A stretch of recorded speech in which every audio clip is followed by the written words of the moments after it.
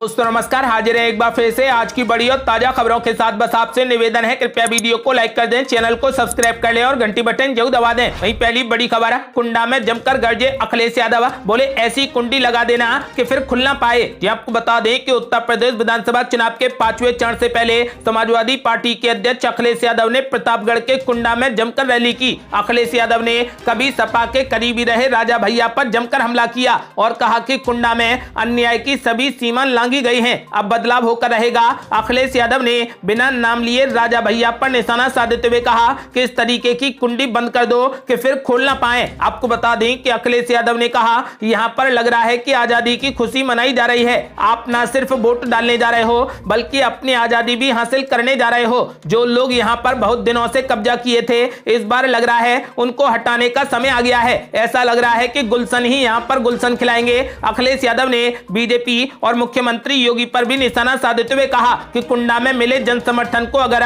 गर्मी निकालने वाले देख लेंगे तो उनकी भाप निकल जाएगी। आपको बता दें कि समाजवादी पार्टी ने कुंडा में राजा भैया के खिलाफ गुलशन यादव को मैदान में उतारा है। अखिलेश यादव ने साफ कर दिया है कि इस बार समाजवादी पार्टी गठबंधन प्रचंड बहुमत की सरकार बनाएगा। यदि आप भी मानते हैं कि इस बार सपा गठबंधन की सरकार बनेगी तो अपनी राय हमें वीडियो लाइक कर कमेंट बॉक्स में जरूर दें। अगली बड़ी खबर, सचिन पायलट ने महाराजगंज में जमकर किया रोड शो, बोले सीज हो गया बीजेपी का इंजन। आपको बता दें कि कांग्रेस के स्टार प्रचारक और राजस्थान के पूर्व उप मुख्यमंत्री सचिन पायलट ने कहा कि यूपी में 4 चरण के मतदान के बाद डबल इंजन की सरकार का लखनऊ में इंजन सीज हो गया है। बदलाव की हवा चल रही है, प्रदेश से भाजपा सरकार का जाना तय है। सचिन पायलट ने कहा कि 8 साल केंद्र और 5 साल प्रदेश सरकार के कार्यकाल के दौरान महंगाई आसमान छूने लगी है, बेरोजगारी चरम पर है और युवा रोजगार के लिए मारे मारे भटक रहे हैं। आवारा पशु गांव के गांव फसलों को तबाह कर रहे हैं, उन्हें कोई रोकने वाला नहीं है। उन्होंने कहा कि प्रदेश सरकार ने कानून के दायरे के बाहर जाकर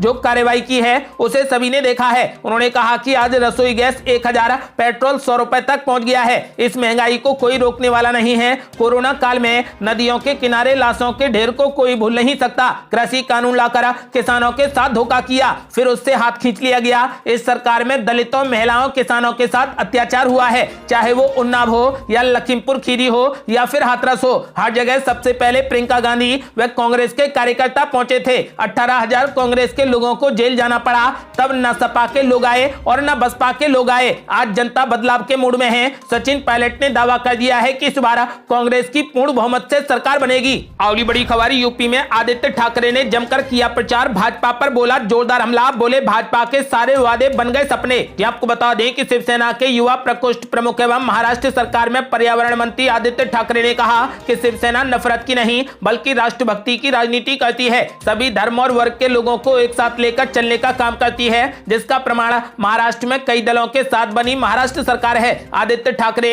डुमरियागंज स्थित राजकीय कन्या इंटर कॉलेज के प्रांगण में शिवसेना प्रत्याशी के समर्थन में आयोजित जनसभा को संबोधित कर रहे थे। उन्होंने कहा कि इस जनसभा में उमड़ी भीड़ बदलाव और परिवर्तन का संकेत है। यूपी में परिवर्तन होने वाला है। उन्होंने आरोप लगाया कि सपा सरकार के बाद वर्ष 2017 के विधानसभा चुनाव में भाजपा को जनता ने इस उम्मीद के साथ पूर्ण बहुमत से चुनाव जिताया था कि उनके सपने साकार होंगे, लेकिन भाजपा ने जो सपने जनता को दिखाए वो पूरे नहीं किए, सिर्फ जुमलेबाज साबित हुए। भाजपा सरकार में सिर्फ नफरत की बातें हुई। 7 साल की केंद्र व 5 साल की भाजपा की प्रदेश सरकार में जनता को डराने का काम किया गया, लेकिन उनका कहना है कि उत्तर प्रदेश राम की भूमि है, यहाँ के लोग किसी से डरने और किसी से झुकने वाले नहीं है। आपको बता दें कि उन्होंने किसान आंदोलन की याद दिलाते हुए कहा कि किसान आंदोलन जब महाराष्ट्र में व्यापक पैमाने पर हो रहा था तो उन्हें भाजपा द्वारा उनके लाल झंडे को देखकर माओवादी व आतंकवादी कहा गया। आपको बता दें कि उन्होंने लखीमपुर खीरी की घटना का जिक्र करते हुए कहा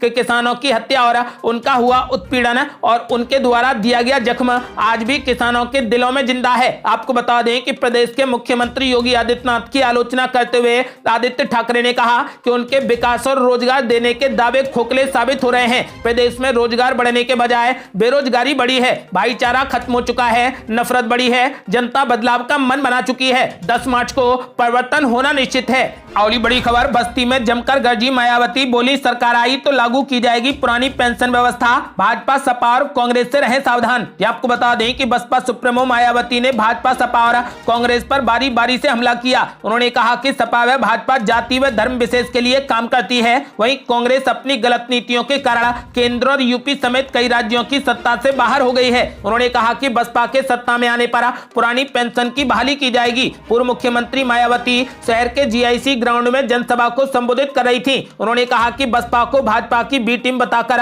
लोगों को गुमराह किया जा रहा है, इससे सावधान रहने की जरूरत है। उन्होंने कहा कि सपा ने अपनी सरकार के दौरान एक क्षेत्र विशेष और वर्ग विशेष के लिए काम किया, वहीं भाजपा पूंजीवादी और आरएसएस की संकीर्ण मानसिकता के साथ काम करती है। पूर्ववर्ती सरकारों के कार्यकाल में उत्तर प्रदेश में अपराध बढ़े हैं। उन्होंने कहा कि दलितों, पिछड़ों से लेकर अल्पसंख्यक वर्ग के हितों की अनदेखी की गई। ब्राह्मण वर्ग भी अपने आप को उपेक्षित महसूस कर रहा है। बसपा सरकार में लागू की गई योजनाओं को बंद कर दिया गया है। बसपा की सरकार आई तो पुरानी योजनाओं को फिर से शुरू कर सभी वर्गों के हितों को ध्यान में रखा जाएगा। आपको बता दें कि मायावती ने जनता से अपील की है कि ऐसे में सभी दलों से सावधान रहने की जरूरत है। आपको बता दें कि मायावती ने जनता से बसपा को वोट डालने की अपील की है। अगली बड़ी खबर, कांग्रेस ने किया बड़ा दावा, कहा यूपी चुनाव के बाद पेट्रोल के दामों में 20 रुपए की होगी वृद्धि, कहा कि जनता पर भार न बढ़ाएं। ये आपको बता दें कि कांग्रेस नेता राजीव शुक्ला का कहना है कि यूपी सहित 5 राज्यों की विधानसभा में हो रहे चुनाव के बाद पेट्रोल के दामों में 20 रुपए तो डीजल के दामों में 15 रुपए की वृद्धि केंद्र सरकार करने जा रही है। आपको बता दें कि फिलहाल केंद्र सरकार की तरफ से ऐसी कोई भी योजना नहीं है, लेकिन कांग्रेस के नेता दावा कर रहे हैं कि पेट्रोल डीजल के दाम बढ़ने वाले हैं। कांग्रेस ने केंद्र से अपील की है कि पेट्रोल डीजल के दामों में वृद्धि कर जनता पर बोझ न डालें। केंद्र सरकार इस तरीके के कदम न उठाए। यूपी सहित गोवा, पंजाब और उत्तराखंड और मणिपुर में विधानसभा चुनाव के परिणाम 10 मार्च को आएंगे। यूपी में अंतिम चरण के मतदान 7 मार्च के बाद पेट्रोल डीजल के दामों में भारी बढ़त हो सकती है। आपको बता दें कि ये बात कांग्रेस नेता राजीव शुक्ला ने कही है। राजीव शुक्ला का कहना है कि जैसे ही 5 राज्यों में चुनाव खत्म हो जाएगा, बीजेपी पेट्रोल डीजल के दामों में वृद्धि कर देगी। आपको बता दें कि ऐसी केंद्र सरकार की फिलहाल कोई भी योजना नहीं है। अगली बड़ी खबर, पीएम नरेंद्र मोदी ने विपक्ष पर बोला जोरदार हमला, बोले चौथे चरण से ही ईवीएम मशीन को गाली देना कर दिया शुरू, समझ लो इनका खेल खत्म। ये आपको बता दें कि प्रधानमंत्री नरेंद्र मोदी ने कहा कि उत्तर प्रदेश में 4 चरणों के विधानसभा चुनाव हो चुके हैं और लोग भाजपा और उसकी सहयोगी पार्टियों के उम्मीदवारों को अपना भरपूर आशीर्वाद दे रहे हैं, जिसे देखते हुए विपक्ष ने चौथे चरण से ही ईवीएम मशीन को गाली देना शुरू कर दिया है। यहाँ गंगा पार फाफामऊ के मेला कचार में एक विशाल जनसभा को संबोधित करते हुए मोदी ने लोगों से कहा कि एग्जिट पोल का इंतजार मत कीजिए। जब ये विपक्ष वाले ईवीएम को गाली देने लगे तो समझ लीजिए कि इनका खेल खत्म हो गया है। रोजगार के मुद्दे पर सपा प्रमुख अखिलेश यादव पर निशाना साधते हुए प्रधानमंत्री ने कहा, आज ये नौकरियों के नाम पर यूपी के लोगों को धोखा दे रहे हैं। सपा ने अपने 10 साल के शासन में केवल 2 लाख लोगों को नौकरी दी और वो भी भाई भतीजावाद, जातिवाद और पैसों के बंडल पर। उन्होंने दावा किया है कि योगी सरकार ने 5 साल में 5 लाख नौजवानों को सरकारी नौकरी दी है। मोदी ने आरोप लगाया है कि नौकरी के नाम पर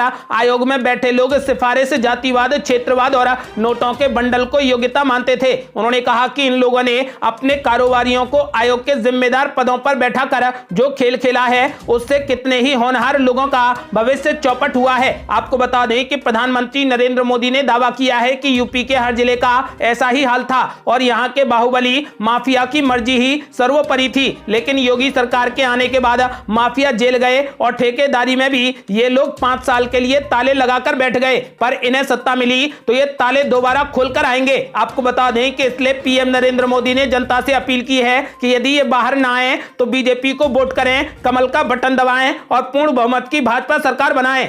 अगली बड़ी खबर, यूक्रेन और रूस में छिड़ा भयंकर युद्ध, भारतीय छात्रों को वापस लाने का प्लान तैयार। यूक्रेन में फंसे स्टूडेंट्स जल्द घर आएंगे वापस। ये आपको बता दें कि रूस और यूक्रेन के बीच में जंग छिड़ गई है। दोनों देशों के बीच में तनाव अपने चरम पर है। यूक्रेन में हालात बिगड़ते जा रहे हैं, ऐसे में भारतीय छात्र भी फंसे हैं। यूक्रेन में फंसे भारतीय छात्रों को वहां से निकालने के लिए रास्ता खोजा गया है। शाम के समय में ही रक्षा मंत्री राजनाथ सिंह ने कहा कि भारत सरकार छात्रों को वहां से निकालने का हर संभव प्रयास कर रही है। विदेश मंत्रालय ने कहा कि हंगरी में बने भारतीय दूतावास के अफसरों को यूक्रेन में फंसे भारतीय छात्रों को और नागरिकों को निकालने के काम में लगाया गया है। अफसरों से कहा गया है कि वे यूक्रेन में भारतीय दूतावास के साथ तालमेल करके वहां फंसे भारतीयों को हंगरी के रास्ते भारत भिजवाने का काम शुरू करें। आपको बता दें कि फिलहाल रूस और यूक्रेन के बीच में भयंकर जंग छिड़ गई है। और बड़ी खबर, मुख्यमंत्री योगी आदित्यनाथ ने कर दिया बड़ा ऐलान। बोले कन्या सुमंगला योजना के तहत 15,000 की जगह दिए जाएंगे 25,000 रुपए। आपको बता दें कि मुख्यमंत्री योगी आदित्यनाथ ने बहराइच में एक जनसभा को संबोधित करते हुए कहा कि यूपी में फिर से भाजपा की सरकार आने पर कन्या सुमंगला योजना के तहत दी जाने वाली राशि में बढ़ोतरी की जाएगी। इस योजना के तहत अब 15,000 रुपए नहीं बल्कि 25,000 रुपए दिए जाएंगे। उन्होंने कहा कि इस योजना के तहत लड़कियों की शादी के लिए दिए 51,000 रुपए की जगह 1 लाख रुपए की मदद की जाएगी। आपको बता दें कि उन्होंने कहा कि प्रधानमंत्री नरेंद्र मोदी के नेतृत्व में कोरोना का फ्री में टेस्ट, फ्री वैक्सीन मिल रही है। अगर आपने वैक्सीन ली है तो आप भी कोरोना के खिलाफ लड़ाई के प्रतीक हैं। यही वैक्सीन सपा बसपा की सरकार होती तो बिक जाती। कहा कि अयोध्या में दुर्गा पूजा का जुलूस रोक दिया जाता था, आज यूपी में दंगा नहीं होता है, क्योंकि अगर कोई दंगा करेगा तो भरते भरते 7 पीढ़ियां थक जाएंगी। दंगा मुक्त, भय मुक्त, अपराध मुक्त परिवेश भाजपा सरकार ने दिया है। अभी सरकार फ्री राशन दे रही है। सरकार ने तय किया है कि उज्ज्वला गैस के पात्रों को हर होली दीपावली फ्री में गैस सिलेंडर दिया जाएगा। 60 साल से अधिक उम्र की महिलाओं को रोडवेज की बसों में बिल्कुल फ्री में यात्रा उपलब्ध कराई जाएगी। बेटी के जन्म के समय मिलने वाली धनराशि को 15,000 रुपए से बढ़ाकर 25,000 रुपए किया जाएगा। शादी के लिए 51,000 का अनुदान मिलता है, जो बढ़ाकर 1 लाख रुपए कर दिया जाएगा। आपको बता दें कि उन्होंने विपक्ष पर हमला बोलते हुए कहा कि उत्तर प्रदेश में पहले नौकरी निकलती थी तो सैफई परिवार वसूली करने निकल पड़ता था, फिर उस पर स्टे लग जाता था। आने वाले 5 सालों में हर घर में एक नौकरी या स्वरोजगार के साधन उपलब्ध सरकार कराएगी। 1 करोड़ टैबलेट स्मार्टफोन दिए गए हैं, आने वाले समय में 2 करोड़ दिए जाएंगे। आपको बता दें कि योगी आदित्यनाथ ने साफ कर दिया है कि इस बार बीजेपी प्रचंड बहुमत के साथ सरकार बनाएगी। उन्होंने जनता से कमल का बटन दबाने की भी अपील की है। और ये बड़ी खबर, अमित शाह ने कर दिया बड़ा दावा। बोले चारों चरण के चुनाव में सपा बसपा का हो गया सुपड़ा साफ। ये आपको बता दें कि केंद्रीय गृह मंत्री अमित शाह ने दावा किया है कि उत्तर प्रदेश विधानसभा चुनाव के पहले 4 चरणों में समाजवादी पार्टी, बहुजन समाज पार्टी तथा कांग्रेस का सुपड़ा साफ हो गया है और भारतीय जनता पार्टी प्रचंड बहुमत की सरकार बनाने जा रही है। जिले के हररैया विधानसभा क्षेत्र में एक चुनावी जनसभा को संबोधित करते हुए अमित शाह ने कहा कि बुआ और बबुआ की पिछली सरकारों ने उत्तर प्रदेश की 22 करोड़ की जनता के हितों पर चोट पहुंचाने के साथ ही यहां की अर्थव्यवस्था को सबसे निचले पायदान पर लाकर खड़ा कर दिया। 2017 में भारतीय जनता पार्टी ने सरकार बनाने के बाद ऐसी व्यवस्था की कि आज उत्तर प्रदेश की अर्थव्यवस्था दूसरे नंबर पर है। उन्होंने कहा कि विधानसभा चुनाव के अब तक के 4 चरणों में सपा बसपा तथा कांग्रेस का सुपड़ा साफ हो गया है और भाजपा स्पष्ट जनादेश की ओर बढ़ती दिखाई दे रही है। उन्होंने कहा कि सपा की जब उत्तर प्रदेश में सरकार थी तो गुंडे माफियाओं का विकास हो रहा था, लेकिन योगी आदित्यनाथ के मुख्यमंत्री बनने के बाद से गुंडे माफियाओं को जेल में जाना पड़ा और उत्तर प्रदेश विकास के रास्ते में अलग पहचान बनाई। आपको बता दें कि मुख्यमंत्री योगी आदित्यनाथ की तारीफ करते हुए उन्होंने साफ कर दिया है कि अब 4 चरणों के चुनाव में सपा बसपा का उन्होंने सुपड़ा साफ कर दिया है कि और इस बार फिर से बीजेपी की प्रचंड बहुमत की सरकार बनेगी। और ये बड़ी खबर, बीजेपी प्रदेश अध्यक्ष स्वतंत्र देव सिंह ने समाजवादी पार्टी पर बोला जोरदार हमला। बोले राम मंदिर बनवाना और धारा 370 हटाना सांप्रदायिकता नहीं बल्कि राष्ट्रवाद है। आपको बता दें कि फिलहाल बीजेपी नेता और प्रदेश अध्यक्ष स्वतंत्र देव सिंह ने समाजवादी पार्टी पर जोरदार हमला बोला। उन्होंने कहा कि शीर्ष अदालत के आदेश पर राम मंदिर बनवाना तथा जम्मू कश्मीर से धारा 370 हटाकर उसे देश का अभिन्न अंग बनाना सांप्रदायिकता नहीं बल्कि राष्ट्रवाद है। कांग्रेस ने 70 साल तक देश को तो समाजवादी पार्टी और बसपा ने 2.5 दशक तक उत्तर प्रदेश को लूटा है। हम वंशवाद नहीं बल्कि विकासवाद के नाम पर वोट मांग रहे हैं। उन्होंने कहा कि कोरोना काल में गरीबों को फ्री राशन देना, महामारी से बचाने के लिए फ्री में कोरोना वैक्सीन लगवाना तथा खुद को हिंदू कहना आदि सांप्रदायिकता है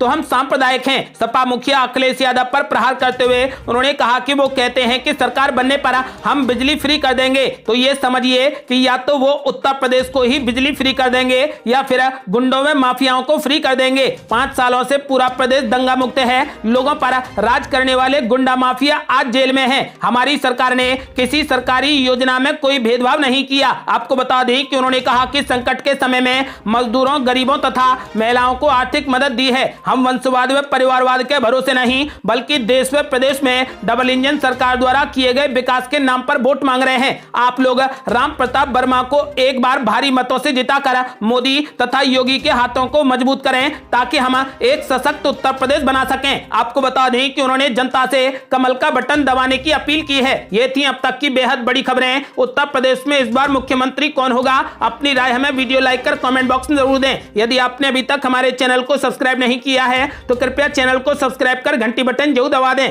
जल्दी मिलते हैं बड़ी अपडेट के साथ, तब तक के लिए जय हिंद, जय भारत।